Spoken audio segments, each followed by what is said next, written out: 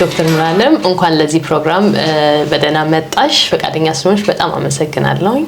እሺ እኔም አመሰግናለሁ ምህረት። እሺ ስለመጣሽ በጣም አመሰግናለሁ። እስቲ ስለ ሙሉዓለም ማንነት፣ ትውልድሽ፣ እድገትሽ ስለሱ ትንሽ አጫውችን። ሙሉዓለም የተወለድኩት ላሊበላ ላስታ ላሊበላ ከተማ ነው። የተማርኩትም እስከ 12 እዛው ነው። እድለኛ ሆኜ እኔ የመጀመሪያው የ12ኛ ክፍል ተፈታኝ ነኝ በላሊበላ ከተማ። ከዛ በፊት አልነበረም። ወልዲያ ይሄዱ ነበር የሚማሩት፣ ግን እኔ ከ9ኛ ክፍል ጀምሮ ያው እዛው እየጀመርን የተማርን የመጀመሪያ ተፈታኝ ነን ማለት ነው። እና የመጀመሪያ ደግሞ ከላስታ ከዛ ከተፈተነው 2 ሴቶች ልጆች ነው ያለፍነው ማለት ነው። ከዛ ወደ ደብረ ዘይት የረዳት እንስሳት ሐኪሞች ማሰልጠኛ ተቋም ገብቼ 2 አመት አድቫንስድ ዲፕሎማ ይሉታል ተምሬ በእንስሳት ሕክምና መስራት ጀመርኩኝ። 2 አመት እንደሰራሁኝ ነፃ ስኮላርሺፕ አግኝቼ እዛ በነበረኝ ነጥብ ተወዳድሬ በነፃ የቀድሞ ሶቪየት ዩኒየን ሄጄ የዶክተሬት ዲቪኤም የሚባለውን ማለት ነው ዶክተር ኦፍ ቬተርነሪ ሜዲሲን እዛ ነው የሰራሁት። እዛ ነው እንግዲህ ይሄን ሙያዬን እንድሰራ ይዤ የመጣሁት ማለት ነው። አይቻለሁ። ብዙ ሰርቲፊኬቶች አሉሽ። በጣም የሚያስመሰግን ስራ እየሰራሽ ነው ያለሽው አሁንም ቢሆን። በሀገርሽ ደግሞ በግብርና ሚኒስቴር ውስጥ በፌደራል ደረጃ ኤፒደሚ ስራ ላይም አገልግለሻል። እንዴት ነበር የኢትዮጵያ የስራ ልምድሽ? እንዴት ነበር በግብርና ዘርፉ ላይ የነበረሽ አስተዋጽኦ? ኢትዮጵያ መጀመሪያ በዲፕሎማ ሆልደር ሆኜ ማለት ነው 2 አመት የሰራሁት መጀመሪያ የተወለድኩበት አካባቢ ተመደው የአውራጃ ነበር የሚባለው ያኔ ሌላ የለም። ሐኪሞች በጣም ትንሽ ስለሆኑ ያኔ በዶክተሬት ደረጃ የሚያስተምር የእንስሳት ሕክምና አልነበረም። የዲፕሎማ ነው ደብረ ዘይት የነበረው፣ ያ ብቻ ነበር የነበረው። እና አብዛኛውን ስራ የመስራት እድሉ ለረዳት እንስሳት ሐኪሞች የተሰጠ ነው፣ መስራት ይችላሉ ማለት ነው። እና ሐኪሞች በጣም ትንሽ ነው የነበሩት እና በክፍለ ሀገር ደረጃ ወይ በትልቅ ላብራቶሪ ውስጥ ነበር የሚኖሩት። የተወሰነ ጊዜ ብቻ እንደሰራሁኝ ኮምቦልቻ ላብራቶሪ ነው የሰራሁት። ኮምቦልቻ ላብራቶሪ ግን የክሊኒኩ ኃላፊ ሆኜ ማለት ነው። እዛ የተለያየ የኩባና የራሽያ ሐኪሞች ነበሩ አስፈላጊ ሲሆን አብረውኝ የሚሰሩ ማለት ነው የሚረዱን። እና የምንወስደው ናሙና እዛው የሚመረምሩ አሉ። ፓቶሎጂ የሚባል ለምሳሌ ቲሹ እንደ ካንሰር ነገሮች ወይንም ሌላ የላብራቶሪ ነገር የሚያስፈልገው ሲኖር እዛው መመርመሪያ ነበረ። እዛ ያለው ነው ይሄ የውድድር እድል የመጣው ማለት ነው ስኮላርሺፕ የመጣውና በዛም ጥሩ ስራ ደስ ብሎ ነው ስራ የነበርኩት። ላብራቶሪ ውስጥ የክሊኒኩን ስራ ነው ሕክምናውን ስራ የነበረው። ከዛ ራሽያ ሄድኩኝ 6 አመት ተማርኩ ማለት ነው። ከዛ ስመለስም እንደገና ግብርና ሚኒስቴር አመለከቱ። ግን መጀመሪያ ትንሽ የግል ሞክር ያለሁኝ በግለሰብ ተቀጥሬ ወደ በረሃ ሀገር መተሃራ የሚባል የላይቭ አኒማል ወይንም ህይወት እንስሳቶቹን እስከ ህይወታቸው ሳይታረዱ ኤክስፖርት የሚያደርግ ድርጅት ውስጥ ሰርቻለሁ። ብዙ ሺህ በጎች ወደ ውጭ የሚላኩበት ማለት ነው። በጎችም ከብቶችም ይላኩ ነበር እና እነሱን ከበሽታ ነፃ መሆናቸውን መመርመር ነው ስራችን። ጤንነታቸውን ማየትና መጨን ማስላክ ነው። እዛ ትንሽ ጊዜ ሰራው። ከዛ ግን ተመልሼ ግብርና ገባሁ ማለት ነው። ግብርና ሚኒስቴር የተመደበኝ ኢሉባቡር አንድ የሴሴፍ ላይ የምትባል የተለየች አይነት የቆላ ዝንብ ትባላለች በአማርኛ።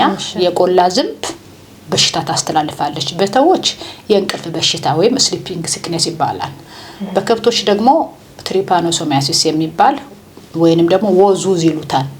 የደም ውስጥ ፓራሳይት ነው የሚያስተላልፉት ዝንቦቹና እዛ ምርምር ኢንስቲትዩት ነው የብሔራዊ የጼጼፍ ላይ እና የትሪፓኖሶሚያሲስ የበሽታው መከላከያ ድርጅት ነው የሚባለው።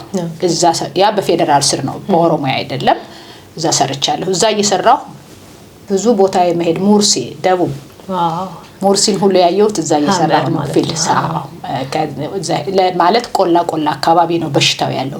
በረሃና ወደ ደደሳ በረሃ እነዚህ እንደውም ሰፋሪዎች የነበሩበት አካባቢ ሁሉ ሰርቻለሁና ከሰሜን ሄደው እዛ የሰፈሩ በረሃ ውስጥ ማለት ነው እና ከብት ማርባት የጀመሩ በሽታው እዚህ በበረሃው ስላለ እዛ ሁሉ የመሄድ እድል አጋጥሞኛል። ከዛ በዝውውር ደግሞ አዲስ አበባ መጣሁ። አዲስ አበባ መጥቼ ኤክስቴንሽን የሚባል ዲፓርትመንት ነበር የምሰራው። እዛ ዲፓርትመንት ሆኜ መላ ኢትዮጵያን ማለት እችላለሁ ለማየት እድል አጋጥሞኛል። ምንድነው ቴክኖሎጂን ማሰራጨት ነው ኤክስቴንሽን ማለት የተሻለ ቴክኖሎጂን ማሰራጨት ለገበሬው ማለት ምርትን ማሳደግ በእንስሳትም በአዝርትም በአትክልትም በጓሮ በሁሉም መስክ የገበሬው ኑሮ ከፍ ማድረግ ነው እና ቴክኖሎጂ አዳዲስ ቴክኖሎጂ ማሰራጨት ማለማመድ ነበርና እንስሳትን በተመለከተ ሰራ የነበረው የተሻሉ ክሮስ ብሪድ የሚባሉ ማለት የተዳቀሉ ላሞች የተዳቀሉ ዶሮዎች የተሻለ እንቁላል ምርት ለማግኘት የተሻለ ወተት ለማግኘት እነሱን ገበሬው እንዲጠቀም ማበረታታት ብድር እንዲኖር ማድረግ መኖ አያያዛቸውን ምግባቸው ምን መምሰል አለበት የሚል ነበር የምንሰራው።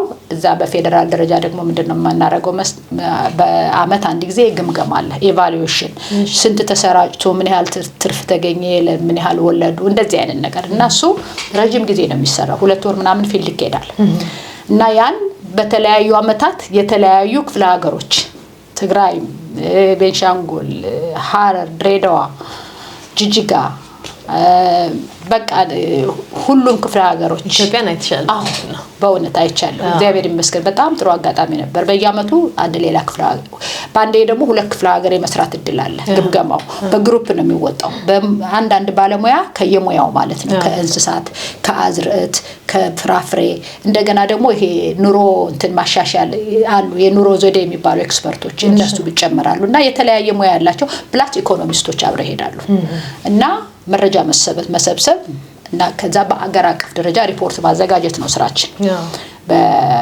እና ያን ሰርቻለሁ ማለት ነው። ከዛ ደግሞ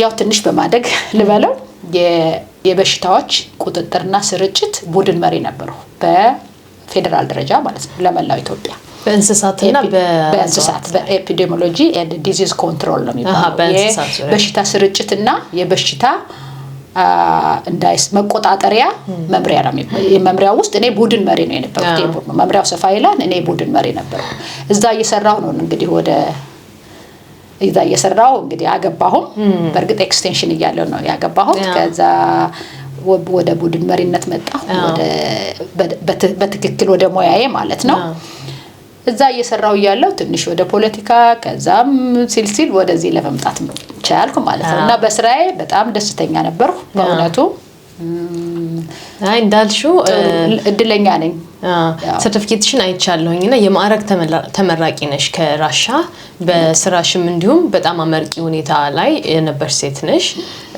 በዛው ልክ ደግሞ ህይወትሽን ሊቀይር የሚያቻለ የሆነ አጋጣሚ ነበር በ1992 የነበረ ምርጫ ላይ አንቺ የምርጫ ታዛቢ ነበርሽ ከዛ ግን በ1997 ደግሞ የምርጫ እንዴት ነው እጩ ሆነሽ ፖለቲካ ውስጥ ገብተሻል እስቲ ያንን የህይወትሽን ጉዞ ለውጥ እስቲ ንገሪኝ እንግዲህ እኔ ፖለቲካ ብዙ ምንትን ማረግ ሰው አልነበርኩኝ በርግጥ ባለቤቴ በጣም ኢንቮልቭድ ነው በመጀመሪያ በሂውማን ራይትስ ካውንስል ውስጥ እዛ ይሰራ ነበር በኢትዮጵያ ከዛ ብቻ ቤታችን የግል ጋዜጣ አንዱ አይቀርም በየቀኑ ሁሌ የግል ጋዜጦች ይገዛሉ እና ያው አነባለሁ ማለት ነው ከዛ በፊት አላረግም ባለቤቴን ከተዋወቅኩ ነው ማንበብ አለ አይደለ ያው ከዛ በፊት እሱ ምን የሚያው በደሌ ነው የነበርኩት አዲስ አበባ መጥተሽ ገና መለማመዱ ምን አለ ኤኒዌይ ምንም ኢንቮልቭድ አልነበርኩም ከዛ የ92 ምርጫ ሲመጣ ኢዴፓ ለታዛቢነት እንድቆጣጣር ማለት ተዘዋዋሪ ታዛቢ የሚባላል መኪና ስለነበረኝ ሰዎች ይዤ ከአንድ ምርጫ ጣቢያ ወደ ሌላ ምርጫ ጣቢያ እየሄድን እንታዘባለን እና ሪፖርት ጽፈያለሽ እንታዘበው ከተሰለፉት ሰዎች እንዲገቡ የሚያደርጉ ካሉ ምርጫ ኮሮጆ አካባቢ ተጽዕኖ የሚፈጥሩ እዚህ ጋር አስገቡ የሚሉ ካሉ አለ አይደለ የታዛቢ ቁጥጥር ተዘዋዋሪ ታዛቢ ነበርኩ እና ያኔ ብዙ ነገሮች ነው ያየሁት ስተት ማለት ያው በምርጫ ላይ የሚደረጉ ቀስቀሳ መደረግ በሌለበት ሰዓት መንገድ ላይ ቆመው አንዳንድ ስተቶችን በደንብ ማየት ቻልኩኝ ከዛ በኋላ ያው ኢዴፓን ተቀላቀልኩ ማለት ነው ፓርቲው ገባሁ ማለት ነው 97 ምርጫ ሲመጣ ደግሞ ያው እጩ እንደሆን ተጠየቅኩ። እሺ አልኩኝ። ከዛ በተለያዩ ላይቭ ዲቤቶች በትላልቅ ተካፍያለሁ። አዎ የቴዲ አፍሮ ፖፑላር ያደረገኝ ኤግዛክትሊ ቴዲ አፍሮ የመጣው ክሊፕ ማን እንደሰጠ እንኳን ባላቅ ከትምህርት ሚኒስቴሯ በዛን ጊዜ ገነት ዘውዴ ነበረች እሷ ከአንድ ሰው ጋር። እኔ ደግሞ ይሄ የሆነው ገነት ሆቴል የኛ እንግዲህ ምንድነው የምናደርገው የቅንጅት ተመራጮች እያንዳንዳቸው ስብሰባ የአዳራሽ ስብሰባ ሲጠሩ የፈለጉትን ሰው ጋብዘው እንዲናገር ይደረጋል ማለት ነው። እና እኔ በአጋጣሚ እዛ ምርጫ ጣቢያ ማለት የዛ ምርጫ ኤሪያ ልደቱ የሚወዳደርበት ነበርና በዛ ዲቤት እንድገኝ ስለጋበዙኝ እዛ ላይ ከነወይዘሮ ገነት ዘውዴ ጋር ክርክር የነበረን ጊዜ የነበረ ክሊፕ ከዛ የነበረ እዛ የነበርኩት ሁኔታ ነው ተቀርጾ ቴዲ አፍሮ ክሊፕ ውስጥ ያስገቡት እንደማን እንዳስገባው ምንም ማቀው ነገር የለም። ግን ከዛ ከምርጫው ቅስቀሳ በኋላም ያው ተመራጭ ሆነሽ በህዝብ ተወካዮች ምክር ቤት ውስጥ አገልግለሻል የተወሰነ አመትም ቢሆን። ትክክል ግን በእውነት ገብቻለሁ እና በጣም ደስ ነው የሚለኝ በእውነት ለመናገር የኢህአዴግን ፖሊሲ ሙልጭ አድርገን አጋልጠን አሳይተን ከኢትዮጵያ ህዝብ ውስጥ እንዲወጣ ያደረገው የዛ የ97 ምርጫ ክርክር ነው። ምክንያቱም ብዙ ዲቤቶች ነበሩ፣ ላይቭ ይተላለፉ ነበር። እኔ እንኳን ባቅሜ እንዳልኩሽ በሴቶች ፖሊሲ ተከራክሬያለሁ። በጤና ፖሊሲ ከትምህርት ሚኒስትሯ ዶክተር ተስፋነሽ ጋር አንዲት ነርስ አጠገቤ ሆነን አብረን አሁን እሷም እንደውም አሜሪካ ነች ተከራክነን ፖሊሲያቸውን እንዲባዶውን የወጣቶች ላይ ሜሴቶች ላይ ተሳትፌያለሁ እና በጣም ነው ደስ የሚለኝ የምችለውን ያን ያረኩ ይመስለኛል። ግን እዚህ የሚገርመው ይቅርታ አንቺ በመንግስት ስር እየሰራሽ መንግስት መስሪያ ቤት ውስጥ እየሰራሽ መንግስት እንደሞ ተቃውመሽ እንደገና በሚዲያዎች ላይ እነዚህ ተሳትፊ እንዴት ነበር? የሚገርምሽ ነገር የአንዱ ኃይለኛው እኔን እንደው በደንብ ያስተዋወቀኝ ከህዝብ ጋር ማለት ነው በግብርና ፖሊሲ ላይ ክርክር ነበር። በኢህአዴግ በኩል አቶ በረከት ስምኦንና አቶ አዲሱ ለገሰን ናቸው የተቀመጡት። እኔና ዶክተር ብርሃኑ በአንድ ሳይድ ነን። እሺ እና በዛ ጋር የተቀመጡት አዲሱ ለገሰ ማለት የምክትል ጠቅላይ ሚኒስትርና የግብርና ሚኒስቴር ናቸው። የኔ አለቃ ማለት ነው። ከኔ ቀጥሎ ዲፓርትመንት ሄዳለ ቡድን መሪ ነኝ እኔ። ኤክስፐርቶች አሉ ባት ኤኒዌይ ቡድን መሪ ነኝ። ከዛ የመምሪያ ኃላፊ አለ። ከመምሪያ ኃላፊ ያው ሚኒስተር ነው ሌላ የለም በመሃል ማለት ነው። ሶስተኛ አለቃዬ ማለት ነው። እና ከሶስተኛ አለቃዬ አጌንስት ነው ክርክር የተቀመጥኩትና ደግሞ ከዛ ስራት ይጃለሽ ኤግዛክትሊ አይ ከዛ ሄጃለሁ። ግን ከዛ በኋላ ግን ረጅም ጊዜ እኮ አላስቆዩኝም በነገራችን ላይ። እሺ እንዴት ነበር? ከተመረጥኩኝ በኋላ እኔ ሀገር ሰላም ብዬ ስራ መስራት ጀመርኩ። ያው በቅንጅቱ በነበረው አለመግባባት እንግባ በሚባለው ማለት ነው ስቲል የሚቆጨኝ እስካሁን የሚቆጨኝና እኔ በበኩሌ አሁንም ቢሆን የነበረኛ አቋም ትክክል ደውዬ ነው ማምነው። ያኔ ግን የሚሰማሽ ለመሰማት አጋጣሚው አልነበረም። ትንሽ ሆሆታ ነበረ። ራስሽን የምትገልጭበት ቦታ አልነበረም። አክሰስ የለም ያኔ የምትይበት ሚዲያ ማለት ልክ አልነበረም። ምክንያቱም አሁን ሳይው እንደውም ትንሽ ቶሎ ስልጣን የሚፈልጉና እውነተኛ ለውጥ የሚፈልጉ ብዬ እንትን ማለት ግሩፕ ማድረግ እችላለሁ። በኢትዮጵያ ውስጥ የፖለቲካ ለውጥ እንዲበላሽ ምክንያት የሆነው ትልቁ በቅንጅት ጊዜ የሆነ የተሰራ ስህተት ነው ብዬ ነው የማምነው። እዚህ ደረጃ አይደረስም ነበር። ምክንያቱም አዲስ አበባን ሙሉ አሸንፈን ነበር፣ አማራ ክልል አሸንፈን ነበር። ግን አትሊስት በትክክል ያሸነፍንበትን ተወዳዳሪ አቀርበሽ አንዳንድ ቦታ ብዙ ቦታ ተወዳዳሪ አላቀረብንም፣ ብዙ ቦታ ታዛቢ አላቀረብንም። ምክንያቱም መሬት ድረስ ለማደራጀት የነበረን አቅም ያን ያህል ነበር ያኔ። ግን በርግጥ ህዝቡ ለውጥ ፈልጓል። የነበረው ምርጫ ሳይሆን አብዮት ነው ማለት ትቻለሽ የነበረው። ትክክል ነው። ግን ደግሞ ያሉትን ሁኔታዎች ሁሉ ማገናዘብና ኢህአዴግ ስሩን ነቅለሽዋል ከዛ በኋላ እነኝ የሚል እየጠፋ ባለበት የራስሽን እዛ ውስጥ ችግር ፈጥሮ ሁሉ ነገር ዜሮ ማድረግ አይገባም ነበር ብዬ አምናለሁ። እኔ ዶኛ ያልነው ሳይሆን ሌሎች ያሉት ሆነ ውጤቱ ያው ፌለሪቲ ሆነ ማለት ነው። ግን አንቺ አምነሽበት ገብተሽ ነበር? እኔ ያመንኩበት በመጀመሪያ በተጽኖ ከባድ ነበር በእውነት ለመናገር እና ብዙ ሰዎች ታሰሩ። እንዳውም ልንገርሽ በምርጫው ጊዜ በቅስቀሳ ጊዜ ኢህአዴግን ያልነበሩ እዛ አካባቢ ጭራሽ በፓርቲ አካባቢ ያልነበሩ ምንም ተጽኖ ያላደረጉበት ሰዎች ታስረው እኛ ግን አልታሰርንም። ይሄ እንግዲህ የኢህአዴግ የመከፋፈል ሴራ ነው ገባሽ እንጂ እኛ የተለየ ምንም ነገር ስላደረግን እኛን እንመታሰር የነበረብን ካልሽ ምክንያቱም ምንነቱን በጣም ለህዝብ ያጋለጥን እኛ ነን። ግን የተወሰኑት ታሰሩ። በርግጥ ትንሽ አለ መግባባት ውስጥ ነበር።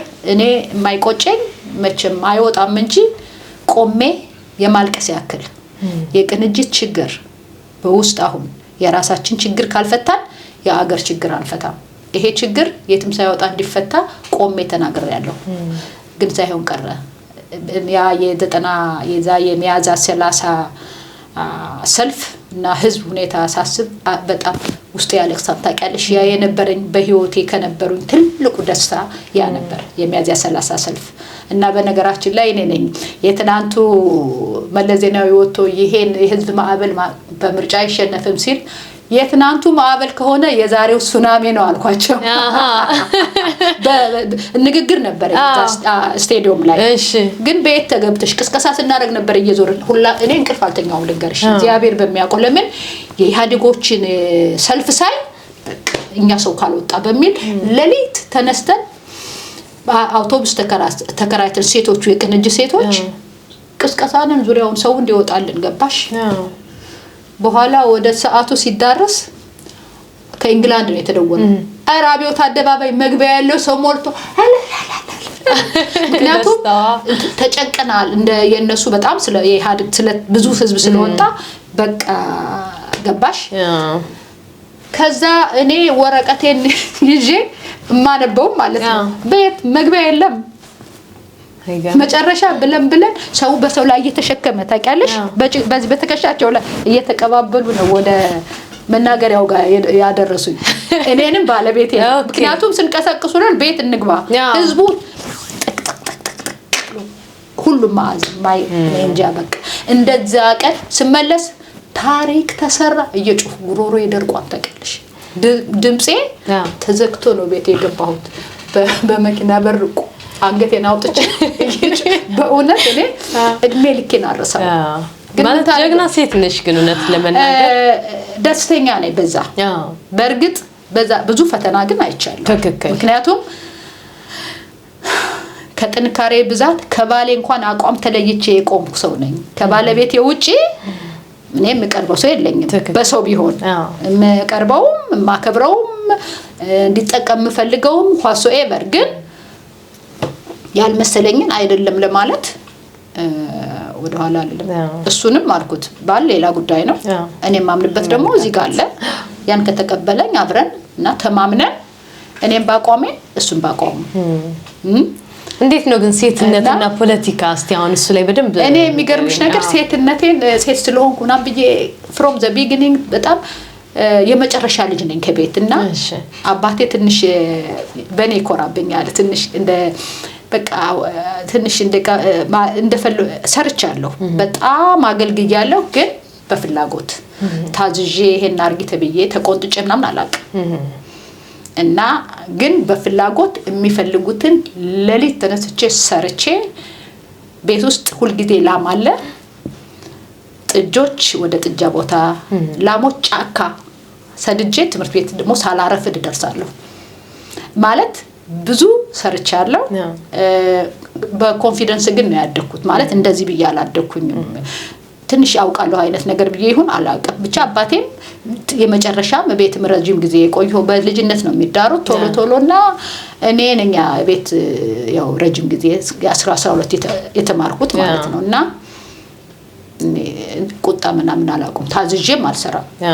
ግን ራሴ እናቴ ወይኔ ልጄ ኪዳነ ምህረት ከተባልኩ ለሊት ተነስቼ ማህበር ድረስ ምናምን ከተባለ አለመተኛት ችግር የለብኝም ለሊት ተነስቼ ውሃ አንድ ቢፈለግ ሁለት አመጣለሁ እና እወዳለሁ ማስደሰት ኦቨራስ ማለት ሰርፕራይዝ አይነት ነገር እወዳለሁ እናቴን ማስደሰት ወይኔ ልጄ ስትለኝ ደስ ይለኛልና ያላለችኝን ጭምር ነው የምሰራው እና በጣም ሰርቼ ነው ያደኩት በዛው ላይ ደግሞ ኮንፊደንስ ኑሮኝ ነው ያደኩት ሴት ነኝ ምንም በሴትነቴ አልልም በርግጥ ግን በሴትነትሽ ሊያጠቁሽ የሚፈልጉ አሉ ምንድነው ጥሩ ስራ ብትሰሪ አይ እንደዚህ ከወንድ ጋር ሊያጣብቁሽ የሚፈልጉ ይኖራሉ ከፈለጉ ስምሽን ሊያበላሹ ለኔ ግን በውስጤ እኔ ሴት ስለሆንኩ ነው እንደሱ አይነት ዝቅ ያለ ስሜት አልነበረብኝም ማለት ምንም ያው ኮንፊደንስ ስላለሽ በሴታዊ ጥቃት ሙከራ ደርሶብኝ ያውቃል ማለት ሴት በመሆንሽ ሙከራ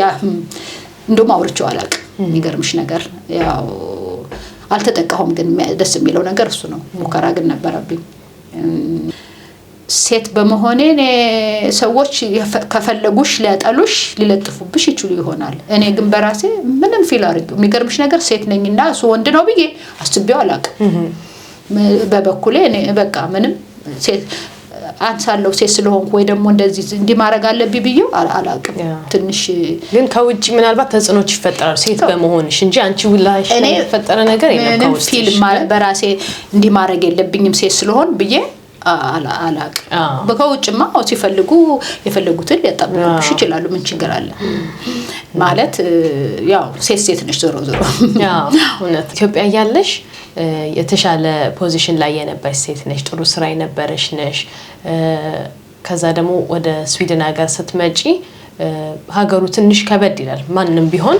ከዜሮ ነው የሚጀምረው በተለይ ከቋንቋው አንፃር እና እንዴት ነው የተቀበልሽው ስደትን ከልጆች ጋር ከትዳር ጋር አብረሽ እንዴት ነበር ያለፈው ይሄ በጣም ግሩም ጥያቄ ነው የሚገርምሽ በቅንጅቱ የፓርላማ ተመራጭ ነበርኩ በግርግሩ ፓርላማ ትቡ የገባ እንደዚህ በቃ በጣም አስጨናቂ ሁኔታ ነበር ሰዎች እስር ቤት ነበሩ ስለዚህ አንቺም እውነቱን አታቂም ለምን እንደታሰሩና እኔ ለምን እንዳልታሰርኩ ራሱ አላቅም እና መግባትሽን የማይደግፍ ክፍል አለ ሎጂካሊ ደግሞ ስታዩ የተመረጡት ሊገባ ነው ላገለግል ነበር የህዝብ ድምጽ ነው በመሃል ተውኩትና ስራዬን መስራት ቀጠልኩ ዝም ብዬ ፓርላማ ሳልገባ ማለት ነው ተመርጬ ከተወሰነ ጊዜ በኋላ ደብዳቤ እንደው ለዚህ ለካሜል የሆነ በሽታ ተከስቶ ወሎ ፊልድ ሄጄ ነበር እዛ የሆነ ወረቀት አቅርቤ በሴክተሩ በተለይ ግመል በተመለከተ እንዳልኩሽ ኤፒዲሚዮሎጂ ሄድ ስለነበርኩኝ ያንን ወክዬ ነው ሄድኩትና ያን ወረቀት አቅርቤ ስመለስ አገር ሰላም ብዬ ደብዳቤ ተጽፎ ነው የጠበቀኝ ለምን እዛ ጋር የሀዲስ ሰዎች ነበሩ ስለ ግመል ሳወራ ማለት ችግሩ ሴክተሩ እንትና ትኩረት አላገኘም እንደሚፈልገው ጥቅም አልሰጠም እና ኮራፕሽን አለ አይደለ በኢህአዴግ አባላት የሚሰሩት አንዳንድ ነገሮች እንትና አርጌ ክሪቲክ አርጌ ነበርዛ እና አይ ዶንት ኖ እንዴት እንደሆነ እኔ ከፊልድ አዲስ አበባ ስገባ ደብዳቤ ቢሮ ጠበቀኝ ምንም ይል የህዝብ ተወካዮች ተወዳዳሪ ሆኖ ስለተመረጡ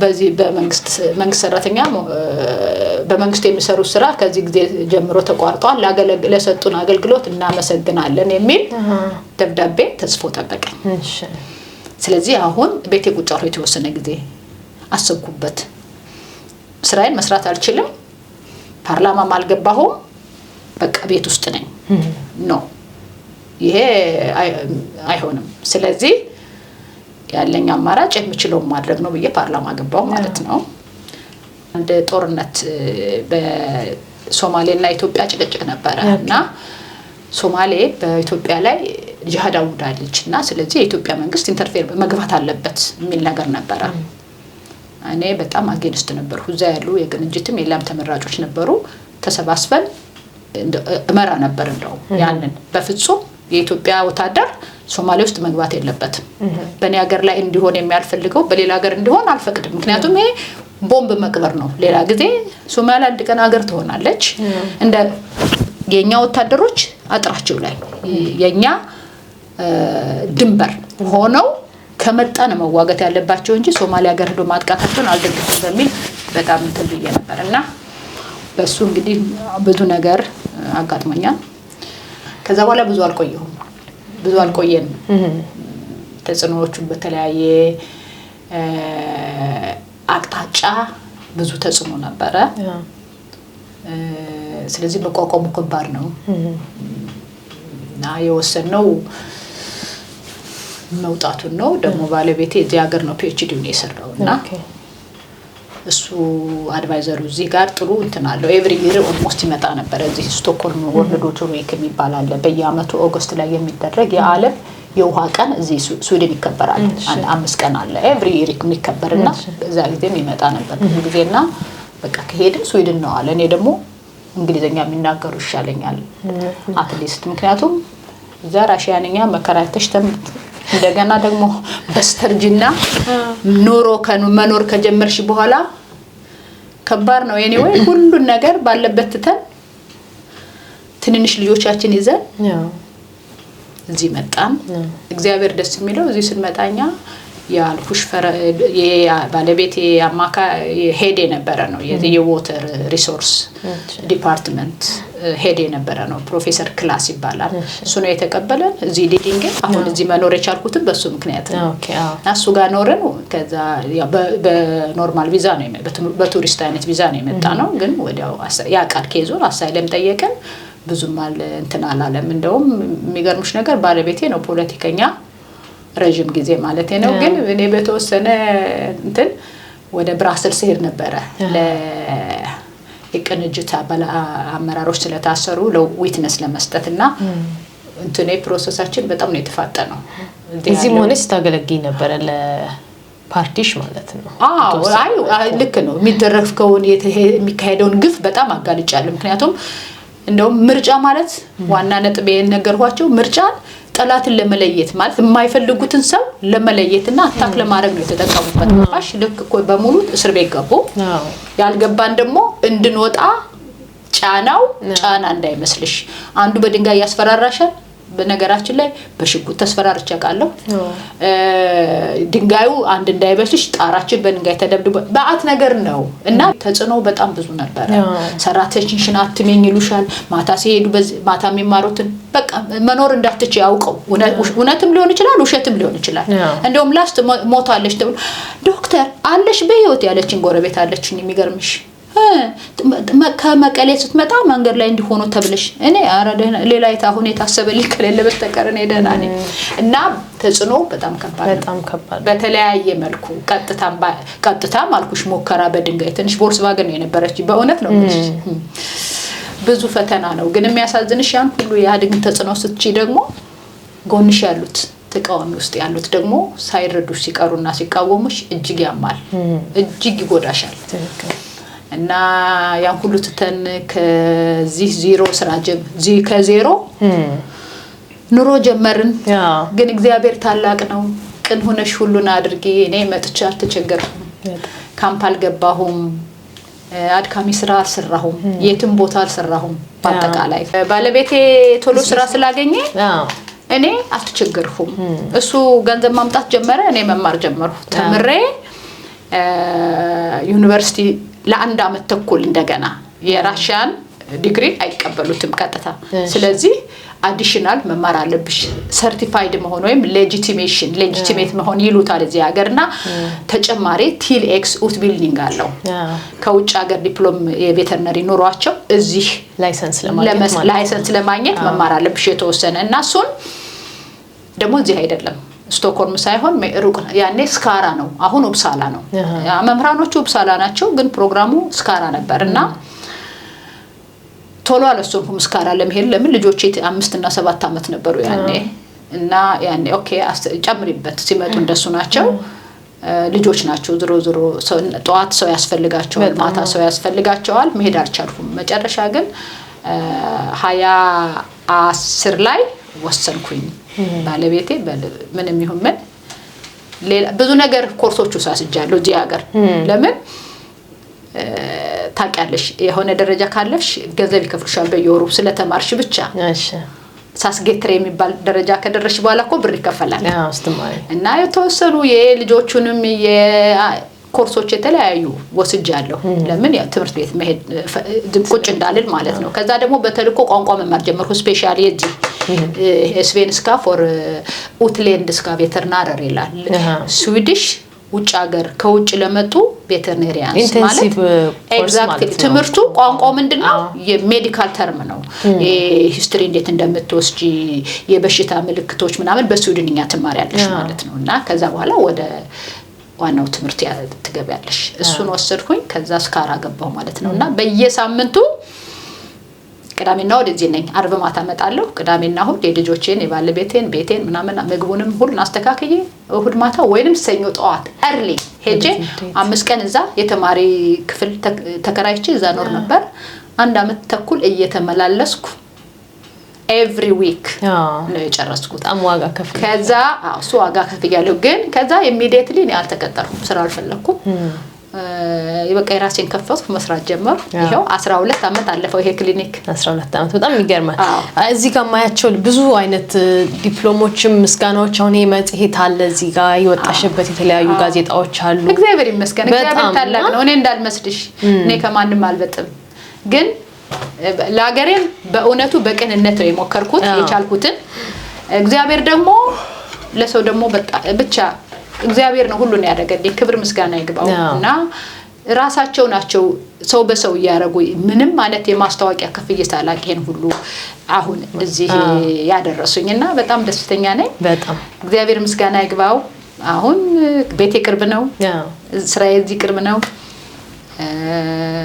ለኔ ያረከው ለማናርጋል ይያሉ ነው እግዚአብሔርን ማመሰግን በጣም ትለኛ ደስ የሚል የሙያ ልምድ አለሽ ህይወትሽ ልምድ ራሱ በጣም ለብዙ ሴቶች ምሳሌ የምትሆኚ ሴት ነሽ ለመናገርና በጣም ነው እናመሰግንሽ ዶክተር ሙሉዓለም ፖለቲካ ላይ አሁን ጊቭ አፕ አርገሻል ወይስ ምንድነው አመለካከትሽ ፖለቲካ ላይ አሁን እኔ የቻልኩትን እዛ ባህር ውስጥ ዋኝቼ ትንሽ ተፈትኜ ሳይሆንልኝ ያው ውጤት ሳይኖር ማለት ነው እንጂ ለውጥ እንዳመጣን ግን እኔ በእውነት ነው ምልሽ ለተካሄደው ለውጥ ቄሮና ፋኖ የሰሩት ስራ እንዳለ ሆኖ መጀመሪያ ግን ስሩን ገዝግኖ በመንቀል አስተዋጽኦ ስላለኝ ደስ ይለኛል እዛ ውስጥ አርጋለሁ ብያምናለሁ ከዛ በኋላ ግን ከዛ ከወጣሽ በኋላ ያው ደግሞ በሙያዬ እስቲ ሰክሰስፉል ሆኜ ልሞክር በርግጥ የኢትዮጵያ ሀገርሽ ጉዳይ ሁሌም ካሜሮሽ ያወጣም እንኳን ትንሽ ፖለቲካ አይተሽ ማንኛውም ሰው ስለ ሀገሩ ያስባል አይደል እኔ አንድ ቀንም ስለ ሀገሬ ሳላስብ ሳልጨነቅ አላቅም ግን እዚህ ሆኜ የማደርገው አስተዋጽኦ ብገባ ያን ያህል አይደለም እዚህ ደግሞ ሌሎቹ ቢሞክሩት ይሻላል እኔ ለራሴን ያው ጥረታ የፖለቲካ ጥረታ ግን የምችለውን ደግሞ በሶሻል አገሬን የምችለውን ለመርዳት ያቅሜን ትንሽም ቢሆን እየሞከርኩ ነው አሁን እዛ ላይ ጊዜ አሁን ላይ በተለይ በዚህ በሰባዊ እርዳታዎች ላይ ያገለገሽ ትገኛለሽ እሱን እየሞከርኩ ነው በጣም ደስ የሚል የተለያዩ ግሩፖች ጋር በግልም በግሩፕም በትንሽ ግሩፕም ሰፋ ባለ ግሩፕም ያቅሜን እየሞከርኩ ነው እሱ ላይ እሱ ደስ ይለኛል ምክንያቱም ያው ውጭ ሆነሽ የእውነት ለመናገር ፖለቲካ ላይ የምታረዩ ተሳትፎ በጣም ያው እዛ ሀገር ካልሆንሽ ብዙ ለውጥም አታመጭም ፕላስ እስቲ ሌሎች እድል ቢያገኙ ጥሩ ነው ይሄ ድሮ የነበሩት ከሚቀጥሉ በተቻለ አቅም አዳዲስ ወጣቶቹ ወደ ፖለቲካው ቢገቡበት የተሻለ ይሆናል ምናልባት ምክር ሰጪ ሊሆን ይችላል ወደፊት ከእግዚአብሔር ጋር እንጂ ፖለቲካ ውስጥ እንኳን ብዙም አልነበረኝም ከኢትዮጵያ ጋር ይኖረኛል ብዬም አላስብም ኦኬ በጣም ነው ማመሰግነው ለዛሬው ፕሮግራም